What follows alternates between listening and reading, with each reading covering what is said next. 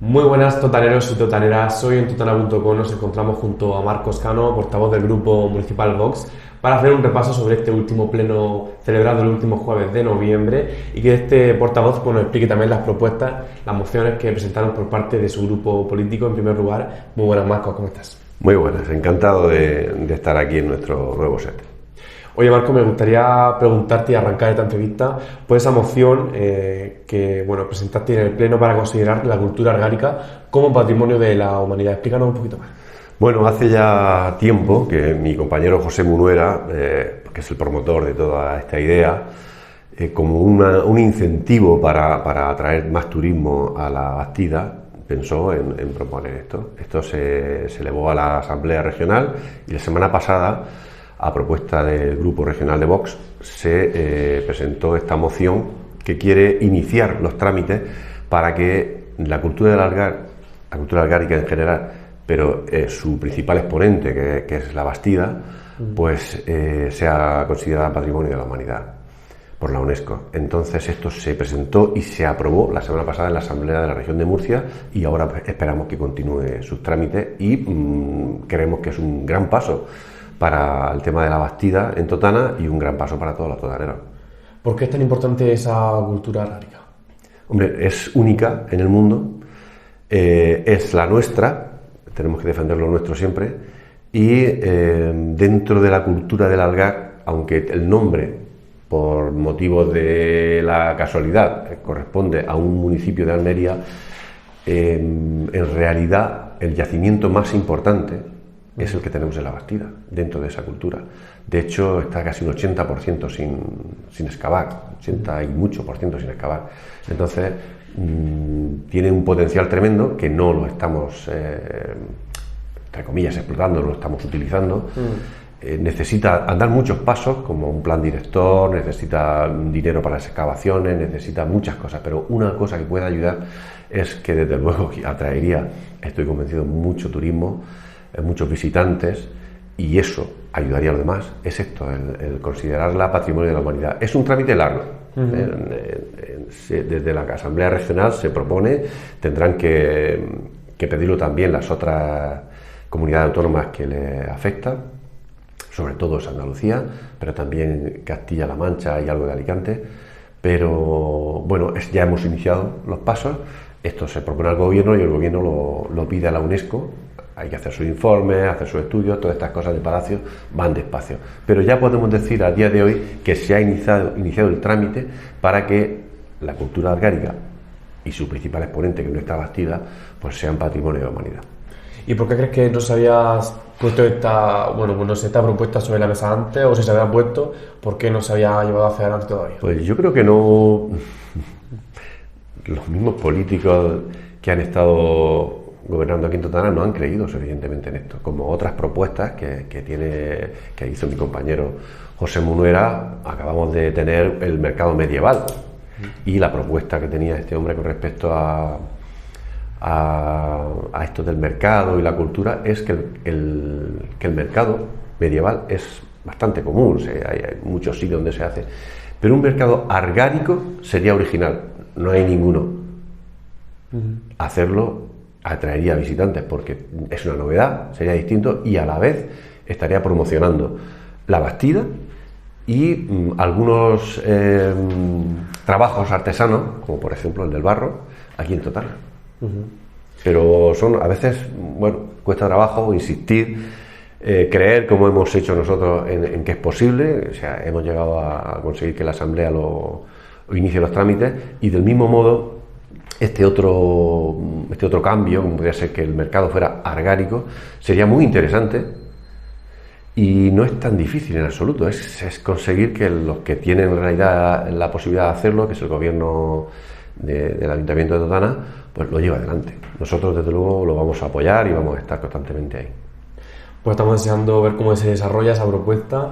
Quería comentarte ahora una propuesta que también lanzaba, en este caso, la Concejalía de Bienestar, para adherir al Ayuntamiento de Totana al programa de municipios por la tolerancia a través de la Carta para la gestión municipal de la diversidad religiosa. ¿Cómo votó Vox ante esta propuesta?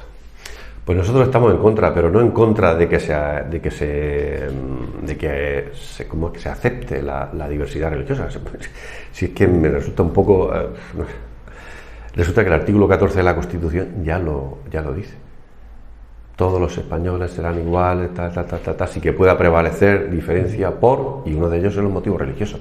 Yo no veo que haya un problema con eso, ya hay legislación al respecto. Solo se trata de mantenerlo y entonces da la impresión de que todo este tipo de propuestas lo que hacen es generar problemas donde no los hay. Por eso no podemos estar a favor de esto, sino a favor de que se siga como se está funcionando ahora mismo. Y luego también, parece ser que todo esto viene de una fundación que venía de Zapatero, es decir, huele un poco a chiringuito. No, chiringuito ya tenemos bastante. Gente que quiera vivir de lo que le interesa es generar un problema para poder vivir de ofrecerte la solución. No, la solución está en seguir la Constitución, la solución está en seguir el ordenamiento jurídico que se emana de ella, y punto. Y si hay un problema grave, lo intentamos atajar, a pesar de esto que te estoy diciendo. Pero es que yo no lo veo, y yo creo que mis compañeros tampoco. Cristina, que fue la que defendió esta moción, pues lo vemos así, que no es necesario insistir en generar problemas donde no los hay. Y aunque crees que, aunque hay leyes que ya intentan, aceptar o incluir, respetar a esa diversidad religiosa y cultural, aunque haya leyes que ya la defiendan, ¿crees que se cumple? Yo creo que si sacamos porcentualmente, con respecto a la religión, las subvenciones que recibe la Iglesia Católica, que es la tradicional y mayoritaria en España, tanto si eres creyente como si no, somos herederos de esa religión. Y el resto de religiones, yo creo que porcentualmente reciben más ayudas el resto. Estoy convencido. Habría que hacer los números. Pero no creo, por eso te digo, no creo que haya ningún problema a la hora de que... yo conozco físicamente de casualidad, porque me he encontrado con centros budistas, varios aquí en España, y no creo que haya ningún problema. Todos sabemos que hay, creo que la mezquita más grande de Europa creo que está en Madrid. Es decir, ¿dónde está el problema? ¿Dónde está el problema? También había una moción que se puso sobre la mesa para construir presas de laminación, como son en las Ramblas del Ebro, los Arcos, las Peras. ¿Qué pensáis sobre esta propuesta? Pues desgraciadamente nos acordamos de Santa Bárbara cuando truena. Y esto quiere decir, ahora viene a salir este tema justo al mes de la desgraciada Dana de Valencia y Albacete. Es una pena que tengamos que esperar a que pase esto para que algo se mueva, que desgraciadamente, muy probablemente, no será lo suficiente. En la campaña electoral, yo estuve hablando con Juan Pagán y en alguna entrevista, en una tertulia tal, lo dice, que Juan estuvo trabajando mucho como agricultor y muy concienciado de este problema para que se hiciera la presa del Ebor, pero a nivel personal me decía que estaba convencido de que no se quería en alta instancia, no se quiere llevar adelante. Después, cuando Vox cogió parte del gobierno regional y tenía Fomento, le comenté nuevamente de unirnos, aprovechando el ayuntamiento y la comunidad autónoma, para hacer fuerzas e intentar que la presa del Ebor se haga. La presa del Ebor evitaría daños con las bajadas que hay, porque la Rambla del Ebor no tiene continuidad hasta el río, acaba en bancales de cultivo, con lo que, aunque no haya daño a las personas, daños cada vez que baja, daño a los cultivos y daños materiales siempre hay. Claro. Pues hacer esa presa, que por cierto hay una presa muy antigua, un poquito más arriba, pero es una presa más grande, con más capacidad, más moderna, y esa presa pequeña que hay no para el agua, o sea, está hecha pero por debajo pasa. Bueno, pues esto evitaría también que ese agua se pierda, es decir, además de evitar los daños, pues mantener ahí el agua y luego utilizarla para riego para los agricultores.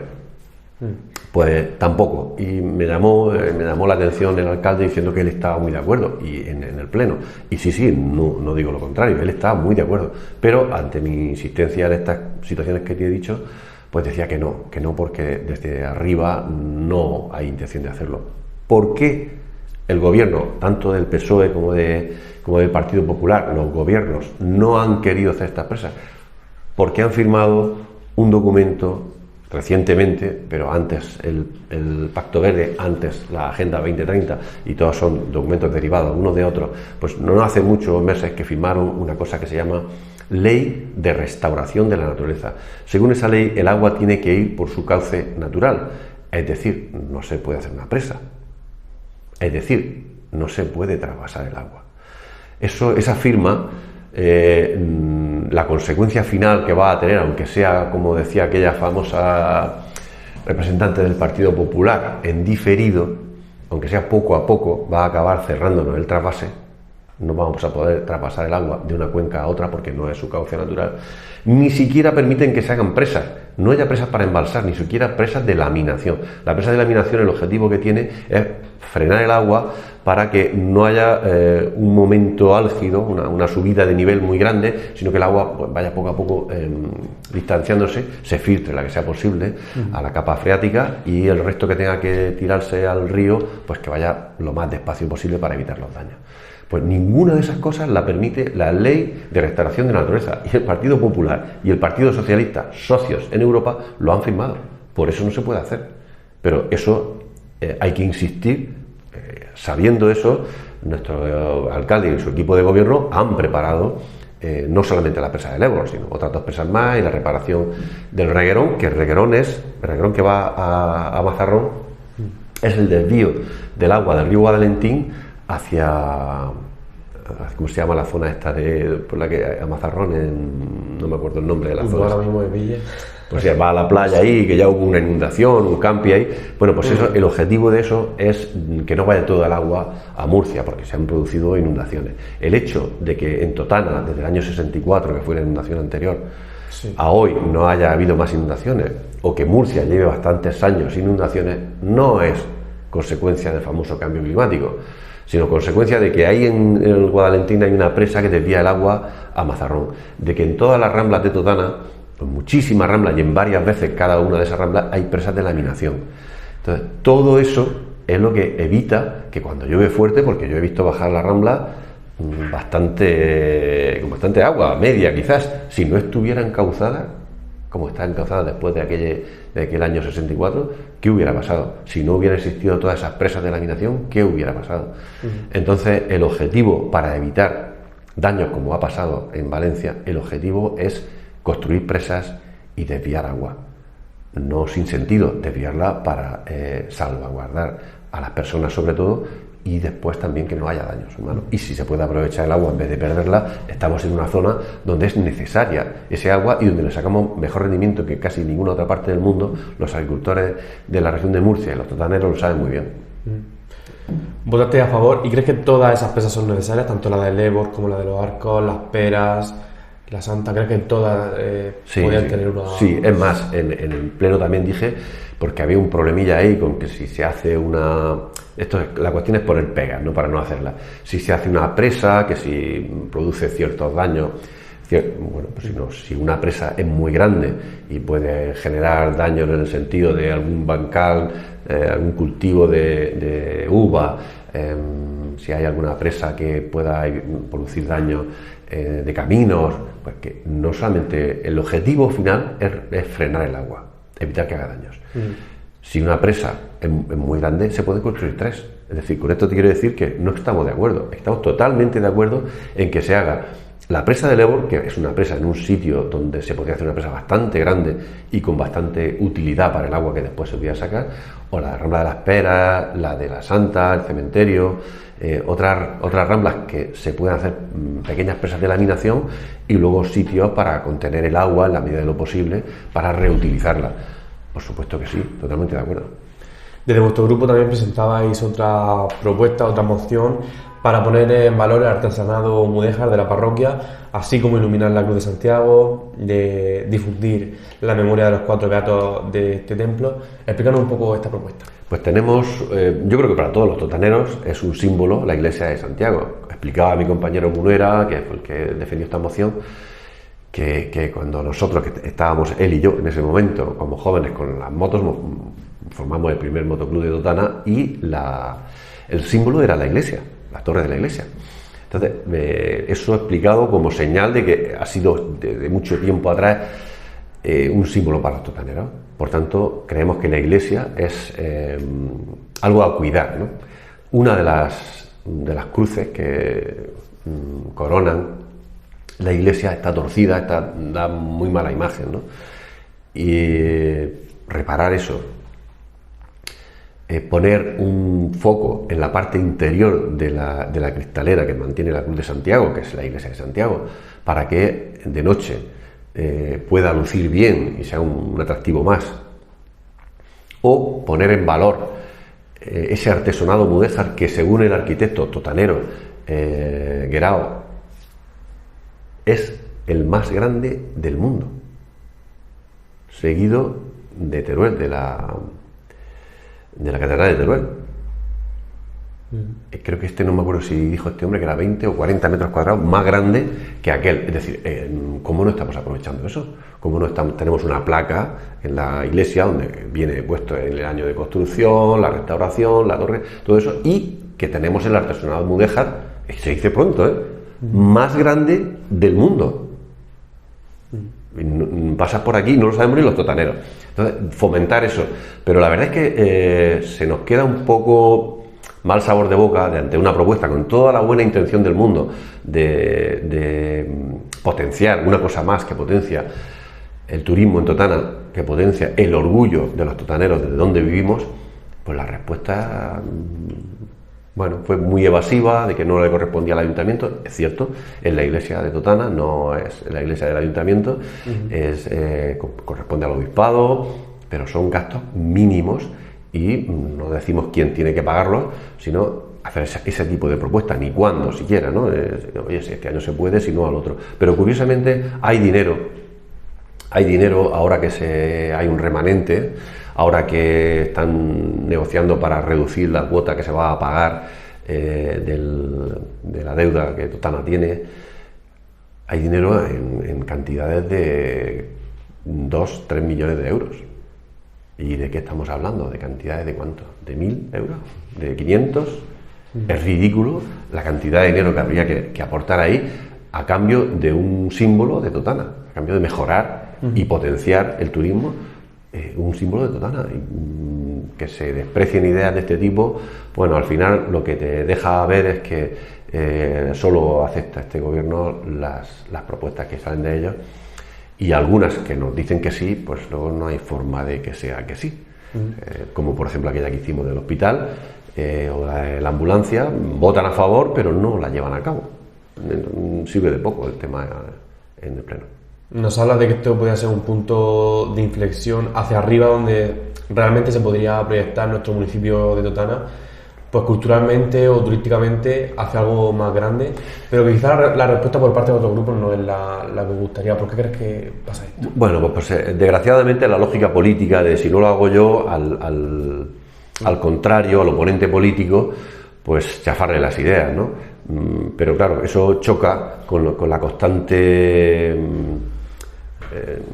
con el discurso constante de estar diciendo lo mejor para los totaneros, pero luego resulta que algo que apenas es nada de dinero, cuesta muy poco dinero convertir un mercado medieval en mercado orgánico, cuesta muy poco, no ha costado nada de dinero iniciar el trámite de patrimonio de la humanidad, o cuesta una ridiculez de dinero estos arreglos que estamos diciendo y el anunciar en la entrada de la iglesia, como luego se podría poner en los folletos turísticos de Totana, el artesonado mudéjar más grande del mundo. Pues eso no cuesta dinero. Estamos haciendo propuestas a un ayuntamiento que sabemos que no puede hacer esfuerzos económicos, pero propuestas que tienen calado, que son atractivas, que pueden atraer turismo y al final ser lo contrario, no ser un gasto, sino un ingreso para Totana. Y se rechazan porque no es mi grupo el que lo hace. Eso es olvidar cuáles son los intereses de todos los totaneros. Hablando un poco también de esa propuesta de, bueno, pues la placa de la riada de San Zoilo de 1877, ¿qué es lo que se pretende?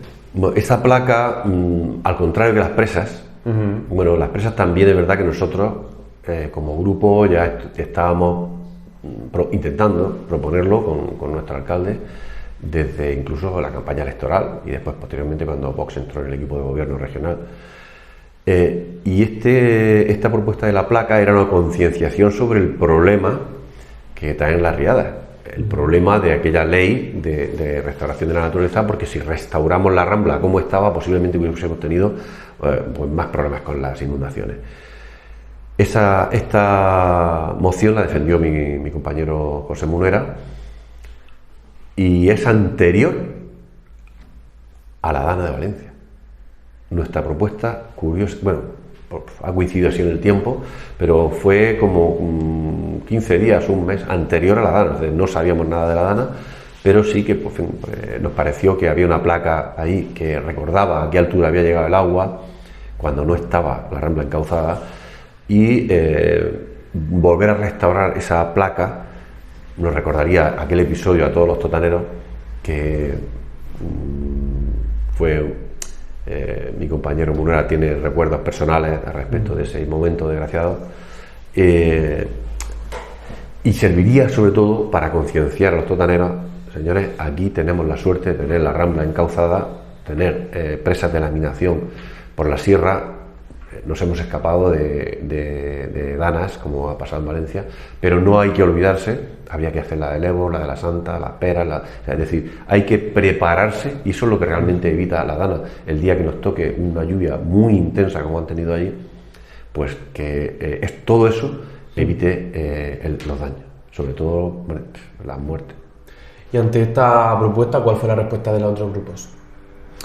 Pues no vemos que, como el resto de propuestas que hace Vox, no vemos que los grupos estén muy por la labor de querer llevar esto adelante. Esta propuesta sí ha salido adelante, pero hay siempre reticencias en todo lo que sea propuesta por Vox, aunque, como te digo, esta también es una propuesta que no apenas... La placa, incluso creo, nos comentaron que anda por ahí en algún almacén municipal, es decir, si la placa todavía está en condiciones de reponerse, realmente es ridículo el coste de volver a ponerla, y con ella concienciar a los totaneros, dado además la desgracia que ha habido en Valencia, pues concienciar a los totaneros de que hay que mantener todas esas obras en los cauces para evitar que produzcan daño. Antes de seguir hablando de vuestras mociones y vuestras propuestas en este último pleno de noviembre, me gustaría comentarte otra de las mociones, en este caso de otro partido político, de Ganar Totana, para saber qué postura teníais, porque respecto a esta creo que hicisteis una pequeña puntualización en cuanto a Ganar Totana, sobre esa instalación de contenedores para el cartón comercial que proponían ponerlo en las principales calles de acceso. Y creo que Cristina fue justamente la que hizo una puntualización. Sí, así es. Bueno, la puntualización, nosotros apoyamos la enmienda a la totalidad que hizo el Partido Popular, porque además, lo que fue además de sumándose a lo que pedía Izquierda Unida, además pues tuvo una serie de peticiones que era, pues hombre, adaptarse a las posibilidades del ayuntamiento, pedir subvenciones, ya que esto es una imposición que viene de organismos superiores, que sean ellos, viene desde el gobierno de la nación, pues que sean ellos los que hagan algún tipo de subvenciones para la instalación de estos contenedores. Y mi compañera insistió en que no sea, ya dado que esto del cartón no es una cosa, todas las casas, todas las familias tenemos basuras, ¿no? Basuras que podemos reciclar, vidrios, basura orgánica, pero el cartón se concentra principalmente en los comercios.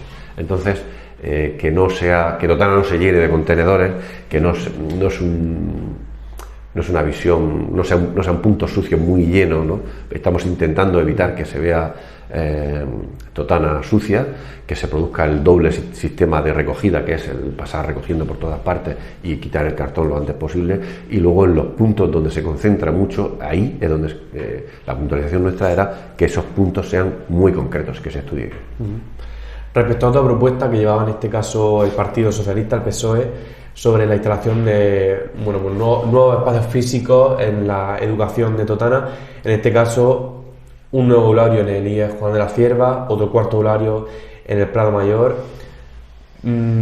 Cuando pues tocó ese turno de palabra, tú mismo quisiste hacer hincapié ya no solo en el espacio físico, sino hablando de educación, dijiste una frase que dice literalmente: hay temas que están fuera de las actividades lectivas en cuanto al material educativo que muchas veces los docentes les proponen a los alumnos. No sé si querrías explicarlo un poquito más esto. Pues sí, te agradezco que hagas la pregunta. Tenemos varias propuestas, varias mociones. El Partido Socialista, sobre todo, ha insistido mucho en reparación, en ampliación de aulas, y hemos votado a favor, estamos, por supuesto, de acuerdo con eso. Es más, hemos insistido en que mucho vender educación y sanidad, tanto por el Gobierno de la Nación como por el Gobierno regional, pero la hora de la verdad es que en sanidad, área 3, estamos abandonados, y en educación, en todas partes estamos, la educación muy mal, y ahí están los totaneros, los padres y los alumnos a la hora de ver cómo funciona, ¿no?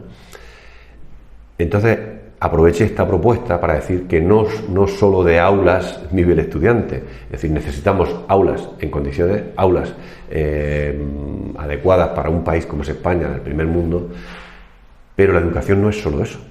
Ese es un lugar adecuado físicamente, el aula física con un confort mínimo de temperatura y de espacio y de mobiliario, pero también de la materia lectiva, lo que se da en las clases. Y luego aproveché para decir que la libertad en la educación hay que, bajo Vox, bajo el punto de vista de Vox, hay que fomentar el espíritu crítico. Es decir, una cosa es dar los datos a los alumnos, datos sobre historia, sobre matemáticas, sobre mil cosas, pero es bueno fomentar el espíritu crítico del alumno, que aprenda de la distinta información que le llega a cribar, ¿no?, esa información. Eso no se está haciendo en absoluto. Y bueno, y dentro de eso también aproveché para explicar una vez más lo que fue el PIN parental de Vox, que era, bueno, hacer referencia a la Constitución, donde dice que la educación es, la deciden los padres, la educación fuera de la materia electiva. Es decir, la materia electiva la decide el gobierno de la nación o el gobierno regional, pero se da en todos los centros educativos, tanto en colegios como en institutos, materias que no son lectivas, que son extraescolares. Esas materias son los padres los que deben decidir si sus hijos las dan o no. Para eso hay que informar a los padres y pedir la autorización. Pues el PIN parental famoso venía a decir eso, la exigencia de que los padres deben de estar informados y autorizar ese tipo de materias lectivas. De materias no lectivas. No lectivas. Me gustaría también preguntarte, en cuanto a Santa Eulalia, ¿cuál es vuestra postura desde vuestro partido municipal Vox sobre la propuesta de declarar a Santa Eulalia alcaldesa perpetua de Totana? Bueno, pues todo lo que sea fomentar Santa Eulalia, hemos estado, yo creo que lo hemos demostrado 1.000.000 de veces en todas las cosas, a favor de la imagen de nuestra santa, muy devorada, muy...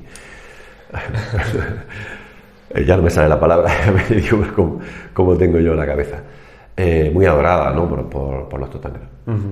En este caso en concreto, pues podríamos estar perfectamente a favor de nombrar alcaldesa perpetua. Lo que pasa es que nos parece que una santa, una mártir y santa, parece como bajarla, declararla alcalde o alcaldesa en este caso, parece como un escalón menos, ¿no?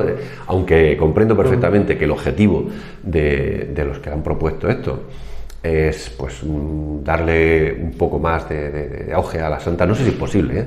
No sé si eso es posible, pero por otro lado, cuando lo piensas un poco fríamente, dices, bueno, es que Santa Eulalia, nuestra Santa Eulalia, está bastante más arriba de lo que es un alcalde, que es un cargo bastante temporal, ¿no?, aunque fuese perpetua, pero un cargo bastante limitado y terrenal, sí, para alguien que fue mártir y es santa, ¿no? Y esa fue nuestra única pega. O sea, ¿te parece que es un poco el efecto contrario, ¿no? Sí, parece que es como más bien rebajar más que ensalzar, ¿no? Bueno, y pues esa era la pega que puso mi compañero Munuera, y ya está, no es porque estemos en contra en absoluto, sino todo lo contrario, a favor de todo lo que sea fomentar Santa Eulalia, el camino eulaliense, todas las actividades que creo que yo he propuesto muchas y más que se puedan hacer con respecto al santuario, que no sea solo la ermita, el hotel, sino todas las actividades que puedan generarse alrededor. Todo eso pues también es un incentivo turístico más.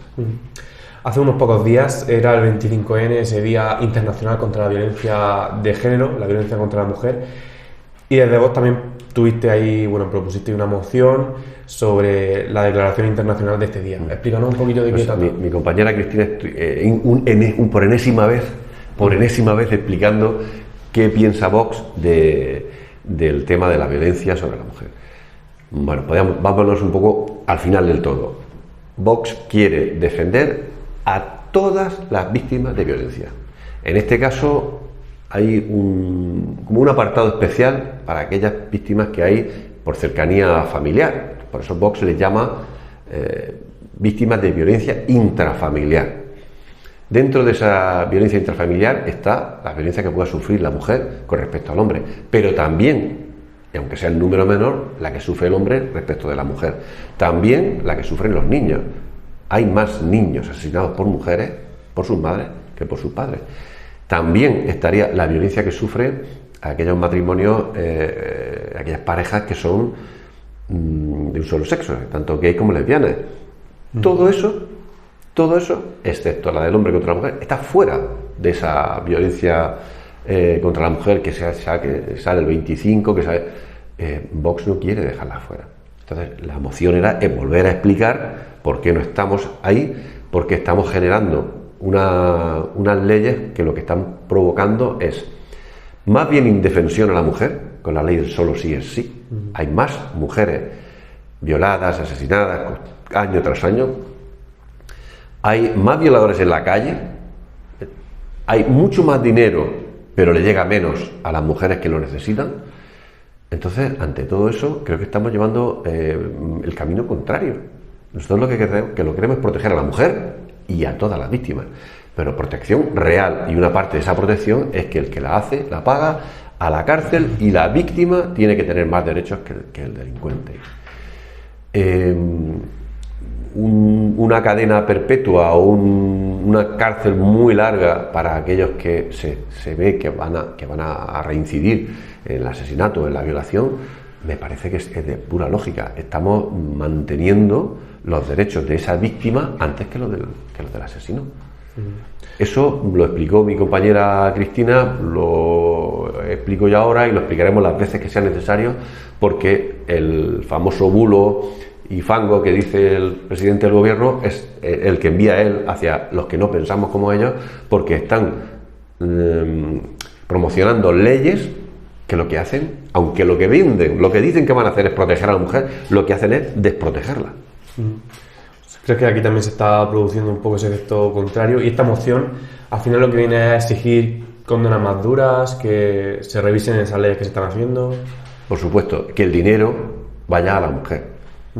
No, como hemos dicho antes, no a quien vive de que la mujer tenga problemas.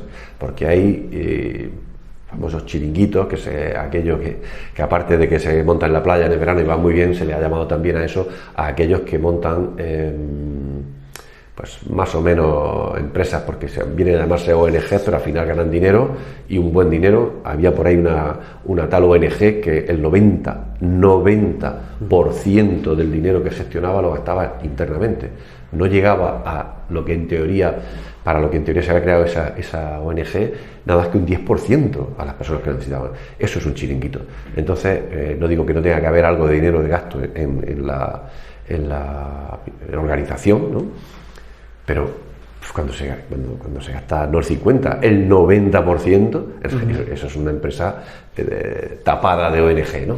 Pues eso es lo que intentamos evitar, que pase eso, que el dinero que se gasta en protección a la mujer llegue a la mujer y al resto de víctimas que se producen dentro de la familia, porque son unas víctimas que necesitan una protección especial, porque están viviendo, muchas de ellas, bajo el mismo techo, porque son dependientes uno del otro, no solamente la mujer del hombre, también los niños o los ancianos, ¿no? O porque son una pareja de gays que viven juntos y el problema de la violencia dentro de la misma casa pues es difícil de atajar. Por eso considero que habría que tener condiciones especiales, pero para todas las víctimas. No hay por qué dejar a una víctima fuera, ni por qué demonizar. Yo, que soy padre de 4 hijas, pues hombre, demonizar al hombre, considerar que todos los hombres son asesinos, todos los hombres son violadores, me parece que es una generalización que no hace nada bueno a la hora de las parejas, a la hora de la familia, y eso es lo que intentamos explicar en esa moción. Pues ha sido un placer hablar contigo, Marcos Cano, portavoz de Vox. Muchas Pues gracias. igualmente, como siempre, un placer, a vuestra disposición cuando queráis.